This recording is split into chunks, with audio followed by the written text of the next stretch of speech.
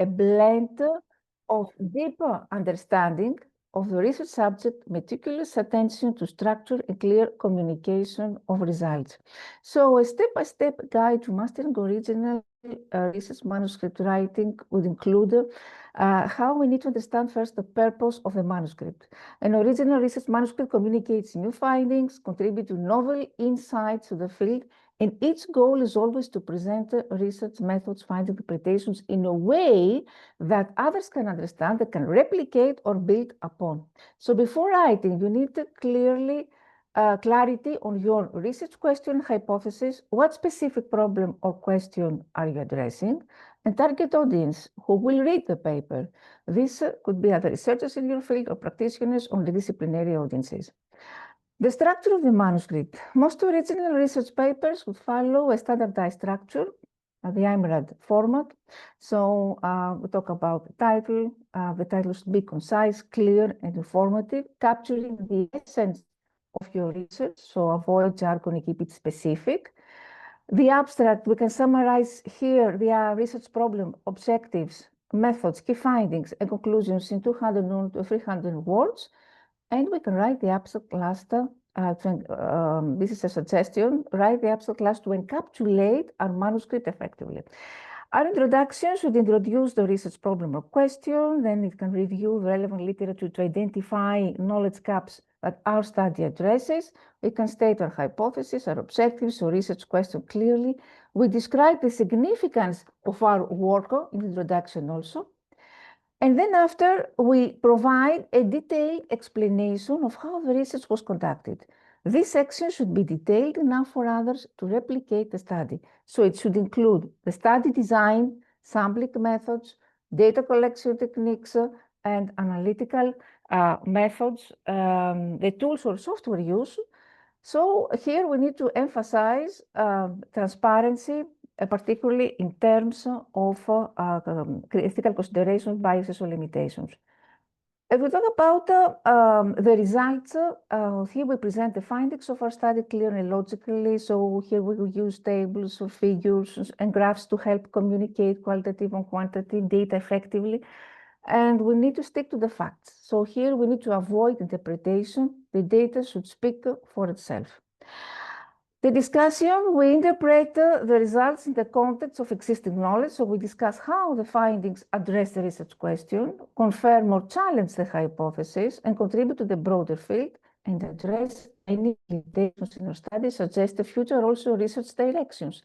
And finally, in this conclusion, we need to provide a brief summary here of our major findings and their implications, and highlight, of course, the significance of the study offering practical theoretical contributions. The acknowledgements credit individuals, funding bodies, or institutions that helped with the research or provided support, and the references where we need to include all the sources that we cited in our manuscript, formatted according to our journal style guidelines.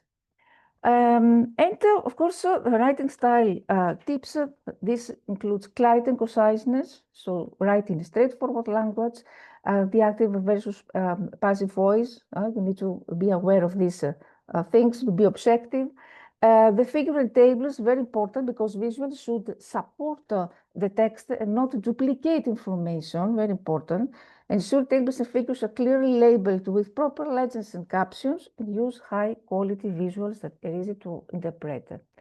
Referencing, citation management, be meticulous in citing all sources to avoid plagiarism.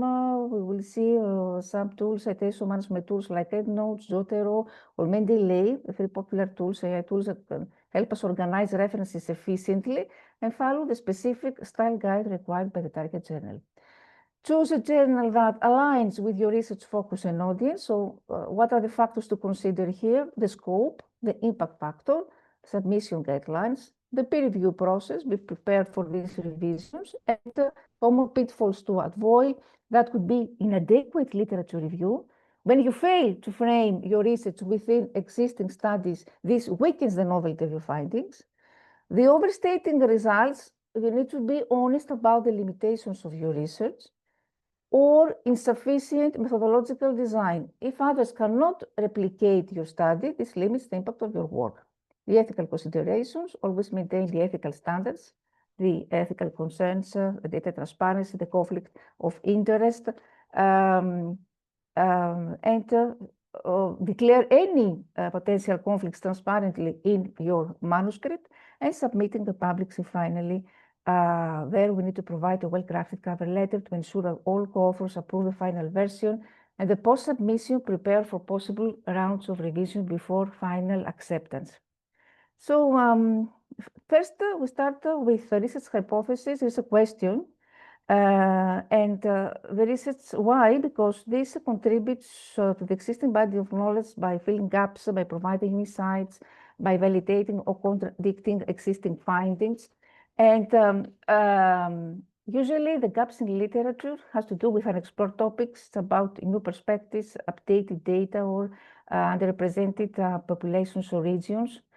The objectives of our research should be aligned with the hypothesis. How? With a clear focus. Research objectives are always outlined the specific aims or goals that the study seeks to achieve. They define what the research will investigate. Hypothesis research question articulates the specific relationship of phenomena that the research intends to test to explore. So the objectives should be designed to systematically address and answer the hypothesis or research question.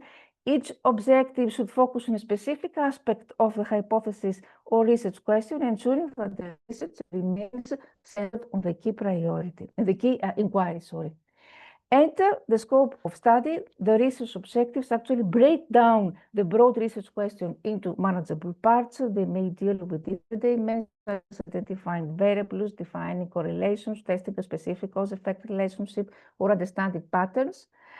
The measurability, because research objectives are specific and measurable, they should outline the steps or stages of investigation that allow the researcher to gather evidence to support or reject the hypothesis or answer the research question. And the logical flow, very important, because a strong alignment ensures that the research process flows logically from the objectives to the hypothesis or question. As each objective is met, it contributes directly to the overarching goal of answering the research question or testing hypothesis. And this should be outcome-driven because both the objectives and the hypothesis or research question are outcome-driven. The objectives are the steps needed to achieve a conclusion regarding the research question. And of course, the title should clearly reflect the research topic and findings. Be very aware of this. To define if the title of a manuscript clearly reflects the research topic, we need to consider the following: the relevance, this highlights the main focus or subject matter of the research. If applicable, does the title hint at the main conclusion, the findings of the research? What are the key findings? The specificity, is the title specific enough to convey the core issue or hypothesis? The conciseness, is the title concise and free of unnecessary words or overly complex phrasing? The abstract should summarize the key aspects, and they need to be aware to see if the abstract is structured in a way that attracts the wide audience and if it effectively communicates the importance of our study. So here we need to check about the clear objective of our abstract, if the abstract clearly states the research question or objective, if the abstract highlights the literature, are our methods briefly summarized? Does the abstract provide an overview of the main results? Does the abstract describe the study implications of broader impact? And of course, we talk about the introduction. To check if the research question hypothesis clearly stated, we need to check the location in the introduction, the specificity, the conciseness, because the research question hypothesis should be articulated in a concise manner without unnecessary complexity. The reader should easily grasp what the research intends to explore or prove in alignment with objectives, and need to ensure that the research question is aligned with the overall objectives of the study, and there should be no disconnect between what is stated in the introduction and what is pursued in the rest of the manuscript. So the introduction places the research effectively in the context of existing literature. And of course, it highlights the significance and novelty of our research. So the objectives are clearly linked. They should be linked to the background presented. And what about literature review? To assess whether all relevant prior studies have been included in the literature review, we need to consider the following aspects: the comprehensive coverage. Does the review cover a broad range of studies that are most relevant to the research questions? The relevance, if they're directly related to the topic. The balance of sources. Are both seminal and current studies represented? The global perspective. Does the literature review include studies from a wide range of sources, including international research, if applicable? The methodological diversity. Does the review consider studies using different methodologies? And of course, the notable gaps. So literature review identify the gaps that the current study addresses, the articulation of unanswered questions, highlight contradictions, the emerging trends in new technologies, the link study to larger theoretical or practical issues, and if there are recent advancements or changes in the field, such as new technologies or methods or new theoretical frameworks, the literature review should note how these developments open up new opportunities for research, which the current study will explore. And of course, the relationship between previous work and the current study should be clearly established. So we need to check if the manuscript includes a clear overview of previous research of the topic, if the study is positioned in relation to the existing body of the research. This is what we say contextualization of our study. This could involve stating how the study builds upon, extends, or challenges previous findings. So the author should clarify how the work offers new perspectives, addresses overlooked aspects, or applies methods in novel ways. The references to specific studies and justification for the research. We should explain why the study is necessary, referencing previous work to justify the research problem. How AI can help us in this? AI can help us with brainstorming, with research ideation, with the identification of several key gaps in the current literature. Because we can, here with AI tools, we can analyze large corpora of research to detect areas with sparse coverage. It can help us with flag studies that report conflicting results or conclusive evidence. With a lack of a disciplinary integration, we can identify older studies that are widely cited but haven't been replicated or updated with recent data. With methodological limitation, because by analyzing study designs across a field, AI can point out overused methods, reliance, for example, on cross-sectional service, and it can suggest underused alternatives, for example, longitudinal studies, etc. The missing data types or perspectives, AI tools can assess which types of data are missing from research on a topic. And the lack of diversity, of course, of citations, another issue. The emerging trends not yet studied. For example, AI may flag a digital detox as a rising trend, lacking peer-reviewed investigation. So we can track discussions in grey literature, for example, preprints, blogs, or social media, and AI can identify novel topics, gain interactions that haven't been yet explored academically. So many amazing tools for literature review, gap detection, for research hypothesis, for brainstorming, research rabbits, semantic scholars, Cite AI, Elicit. There are tools also for meta-analysis, for trend mapping, the visualization. So we can measure connected papers, lead maps, which visualizes the evolution of a research area over time to show emerging gaps. The open knowledge maps, which visualize the knowledge map of a topic, and it can show which subtopics are heavily studied versus underexplored. The NLP tools for advanced users on custom gap detection, the LNLP, etc. So AI can help us, of course, with the summarization and synthesis, how to synthesize existing knowledge, how to combine concepts across fields with AI brainstorming, how to analyze citation and concept networks. We can see which papers are influential, for example, through citation networks, and also we can predict with predictive analytics which topics would be influential for the next 5 years. So this is very important. We can analyze these concept networks. We can identify silos in research that haven't been connected before. We can use large language models to reframe existing questions because this is important. We can creatively reframe here traditional questions to make them novel or apply to a new concept. We can track emerging trends and preprints. We can spot emerging topics and use AI for constraint-based creativity and using the necessary techniques. So some tools for research question generation. Here you can see a site assistant, Genie, SciSpace, Consensus, Elicit, Research Rabbit.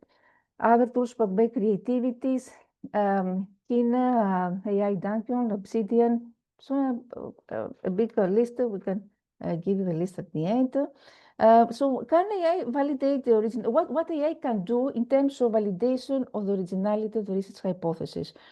AI cannot fully validate the originality of its hypothesis on its own, but it can assist in evaluating it through several methods.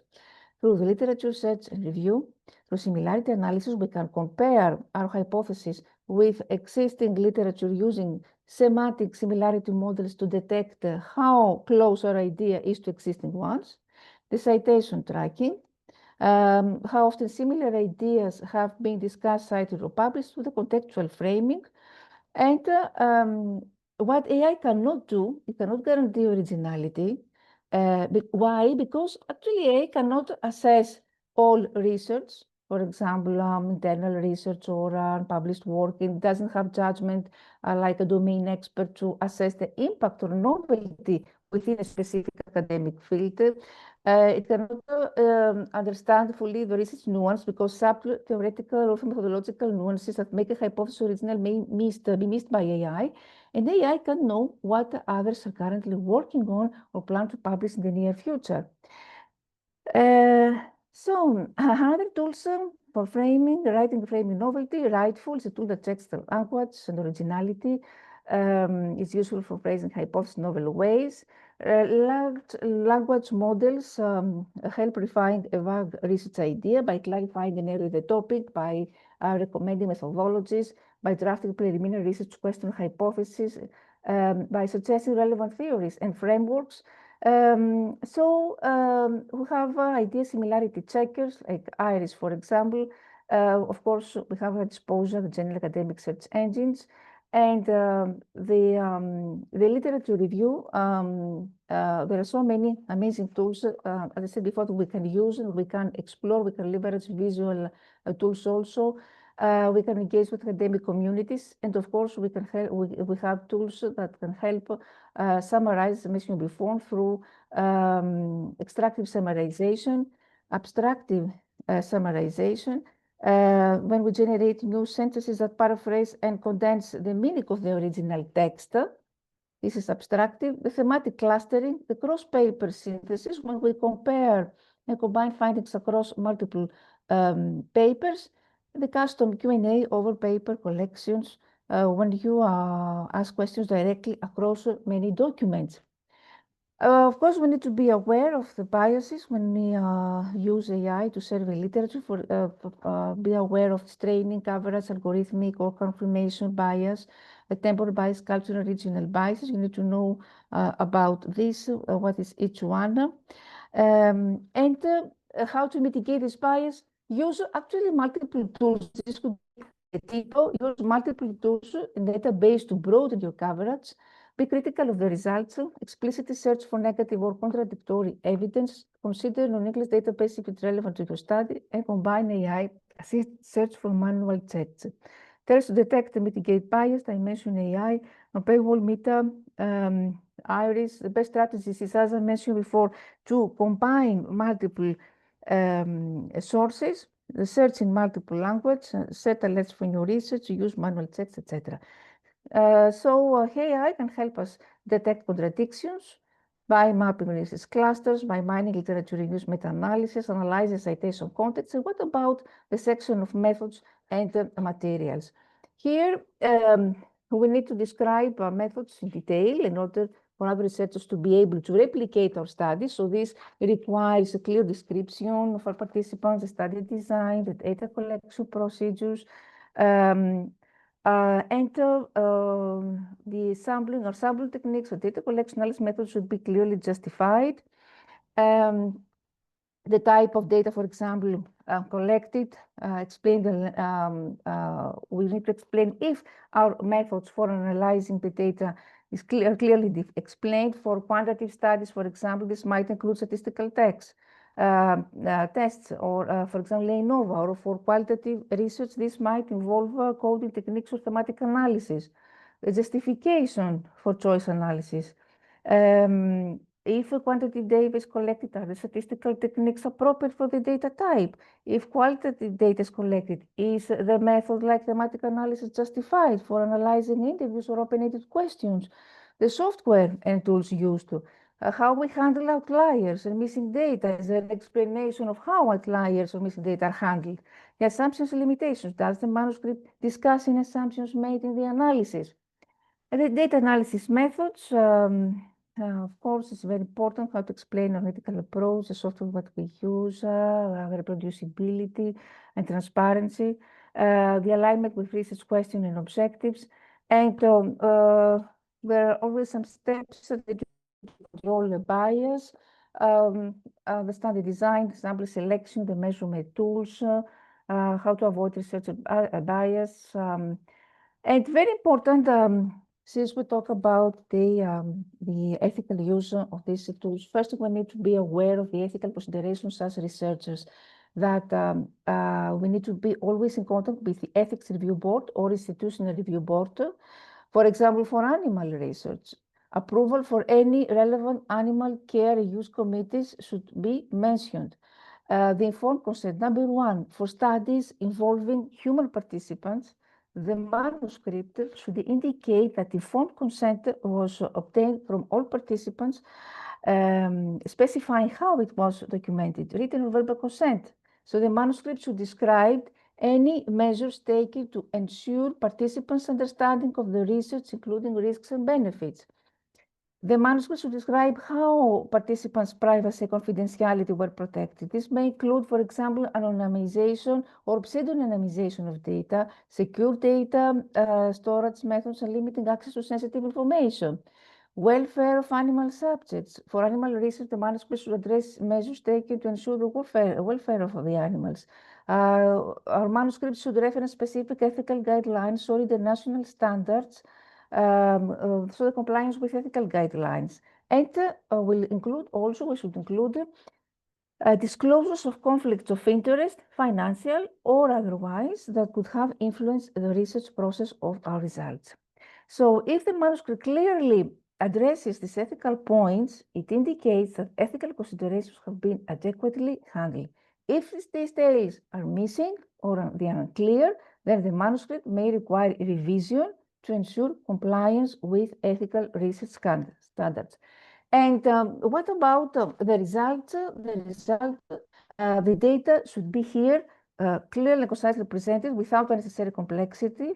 All relevant findings should be reported, not just those that support the hypothesis. If the study involves quantitative data, statistical analytics, then this should be presented clearly. Statistical tests should be reported accurately.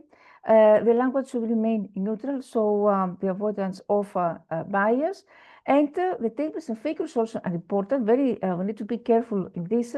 Our tables and figures, they should effectively present data in order to enhance the reader's understanding of the findings. So the accuracy is important, consistency with results, correct data format, the clarity and readability, so simplicity and focus. The labels and legends, be aware of this. If the tables and figures are properly labeled, there is a clear title there, labeled access, a legend where is necessary, the enhancement of data understanding, so complementarity, if these are complementary to the text, the highlighting of important trends, the appropriateness of figures, the context interpretations, if the tables and figures referenced and then explained in the manuscript results or discussion section, so if there is a link to analysis, if they avoid redundancy, the statistical representation, so if we have included statistical data, If our tables and figures clearly indicate which findings are statistically significant.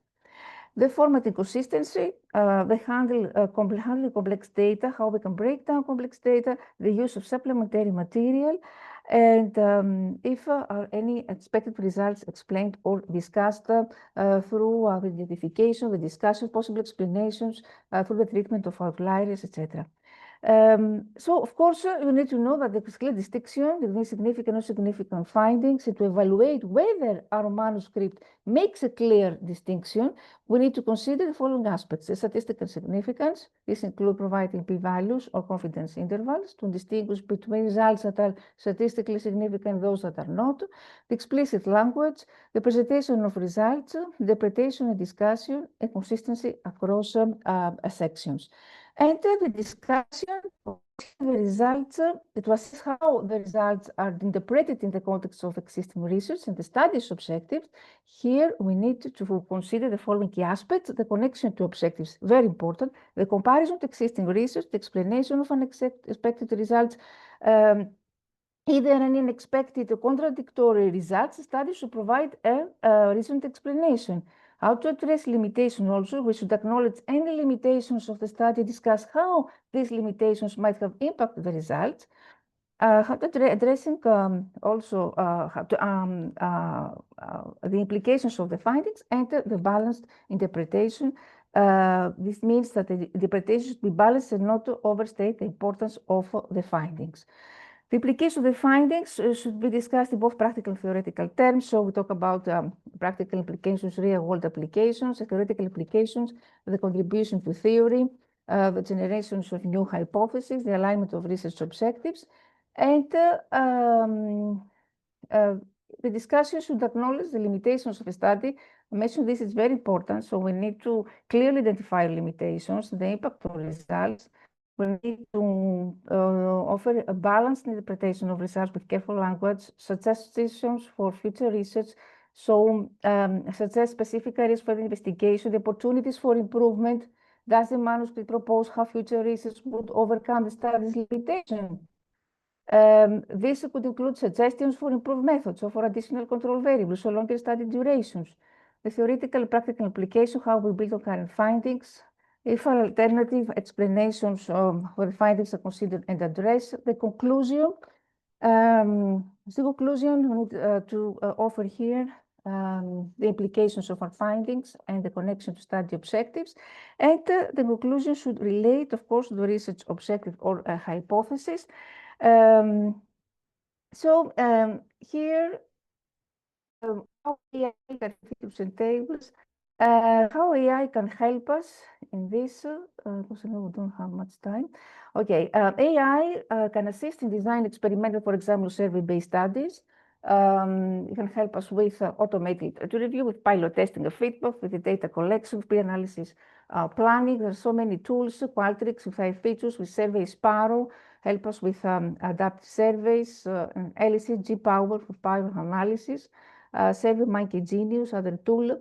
The best practices for using AI to simulate, for example, theoretical models is to understand the model clearly, to choose the right AI approach, to prepare high-quality data, to validate and verify results, to use always explainable techniques, and document assumptions and limitations. Some tools and frameworks for simulating theoretical models: TensorFlow, deep learning for differential equations, SimNet, Mathematica, Wolfram Language, OpenAI Gym, scientific machine learning ecosystem, etc. For visualization, ParaView Plotly, TensorBoard. AI can help us identify potential confounding variables also through the pattern recognition in data, the causal inference tools, hypothesis generation. So tools that can mention tetrad, do-why, causal nexus. We can optimize with AI the sample size also and power calculations through predictive modeling of variability, through adaptive designs. So many amazing tools. Here you can see GPower, Python libraries already. The tutorials presented about this. WebPower, the sample size calculators with higher features, amazing power analysis tools for data collection also. here you can see how AI can help us pre-process, clean, or structure raw data through data ingestion, data cleaning, data transformation, validation. And AI is here to help us with missing data. Here you can see our Biota, Data Week, Alteryx, KNIME. So many tools. I can give you a whole list. This can help us with qualitative coding and thematic analysis with text processing, with theme detection, with data visualization.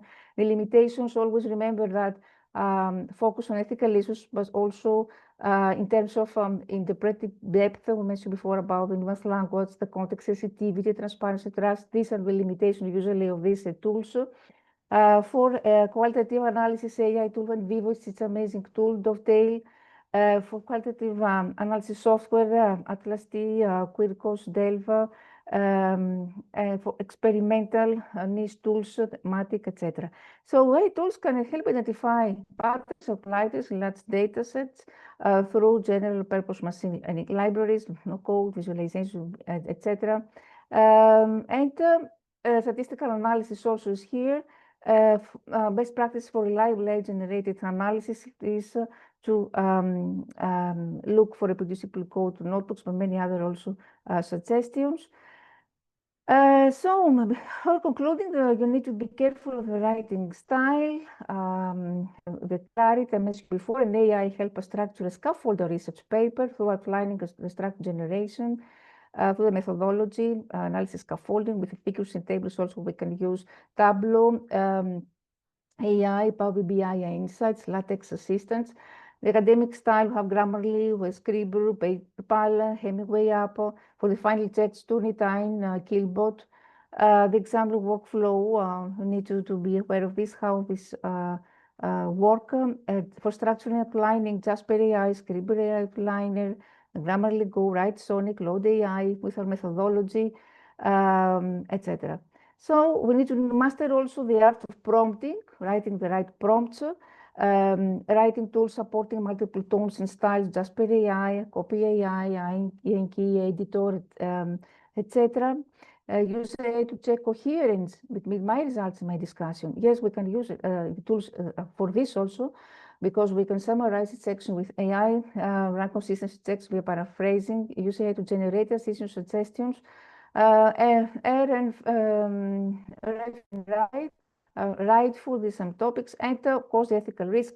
Be aware of plagiarism, misinterpretation of application, confidentiality, and how we can undermine the peer review process. The fast checking verification, we have tools for this also, Google fact check tools. For bias detection, fairness indicators, text fairness, for data privacy, for transparency, etc. So we need to ensure transparency when AI tools are used in a manuscript by disclosing AI use explicitly, very important, describing how AI use was tool. So you need to mention all this in a specific section of your research paper. You need to address the limitations of potential bias of the tools that you use to follow general publishing guidelines, avoid over-reliance, and consider including a statement, as I mentioned before, in your manuscript in order to maintain your academic integrity. Tools for documenting and managing AI use tools, electronic lab notebooks, coding workflow management tools, as I said before, we need to disclose the assistance in our methodology section or acknowledgement section, or check guidelines, ethical considerations, etc. So general selection, then we check for the scope, the audience, reputation, the readership. You are well aware of this, aware of the peer review, how we can revise our manuscript, and thoroughly understand the review's comments by addressing specific comments, etc., final checks. And AI can help us simulate the peer review for a draft. Some tools for this, PaperPal, Scholarly. AI can help us choose the most appropriate journal for a manuscript also by matching with journal scopes, by considering impacted audience, by checking for journal quality legitimacy. Some popular AI-powered journal selection tools, Elsevier, Springer, Journal Suggester, Edens, Wiley, Journal Finder, Cofactor, Journal Selector. Common types of editorial reviews, the methodological details, the reference citation, the ethical compliance issues. And remember of these types of plagiarism that you need to know: the direct plagiarism, self-plagiarism, when we reuse our own previously published work without acknowledging; the mosaic plagiarism, when we borrow phrases from a source and mix them with our own writing without quotation or proper citation; the accidental plagiarism, when unintentionally fail to cite sources or we paraphrase inappropriately; paraphrase plagiarism, when we rewrite someone else's work or ideas in our own words but not providing credit to the original author. And this is the consequence. What are the consequences? Of course, the damage to reputation and the damage in funding and grant revocation. Be aware of all these ethical issues, conflicts of interest that I mentioned before, and of course, our future success hinges on our ability to embrace AI and use it for good. Thank you very much for your attention. I tried to stick to the time. I don't know if I've managed. For any question, I'm here to discuss.